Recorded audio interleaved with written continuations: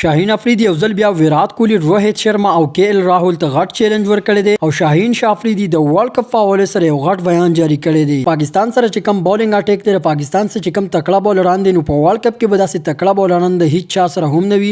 شعیب اختر هم غټه دعوا کړې ده. شاهین افریدي ویلي چې پر روان ورلد کپ کې مې د ویرات کوهلی، روهیت شرما او کے ایل راهول وکټي ټارګټ دي، د دوی وکټي به اخلم. شاهین افریدي ویلي چې په ورلد کپ 2021 کې مې د ویرات کوهلی، روهیت شرما او کے ایل راهول وکټي اغستې وي چې دا غینه بعد ماته ډیر زیات شهرت میلاو شوی. شاهین افریدي دا بیان جاری کړل چې پر روان ورلد کپ کې د انډیا مهم لوبغاړي اوټ کوم او په اولنی اوور کې به وکټ اخلم. اوس وخت کې شاهین افریدي د پاکستان یو داسې بولر دی دا صلاحیت لري چې په اولنی اوور کې یعنی په دویم یا دریم بال باندې وکټ اخلي. شاهین افریدي ویلي چې اول په نړیوال جام کې انډیا ته ماتې ورکړو، بیا هم دا کوشش وی چې ورلد کپ وګټو. او شعیب اختر د پاکستان د بالینګ اٹیک په حواله سره سویلي دي. د پاکستان کرکټ ټیم په خواني تیز ترین او خطرناک فاست بولر شعیب اختر ویلي چې په اوس وخت کې پاکستان کرکټ ټیم سره داسې خطرناک او تکړه بالینګ اٹیک ورسره دی چې داسې بالینګ اٹیک د یو ټیم سره هم نشته. شعیب اختر ویلي چې په اوس وخت کې پاکستان کرکټ ټیم سره د شاهین افریدي، حارث رؤوف، نسیم شاه، احسان الله او محمد وسیم وزیر په شانتي بالران دي چې دا بالران په ورلد کپ کې په نورو ټیمانو باندې اٹیک کولی شي.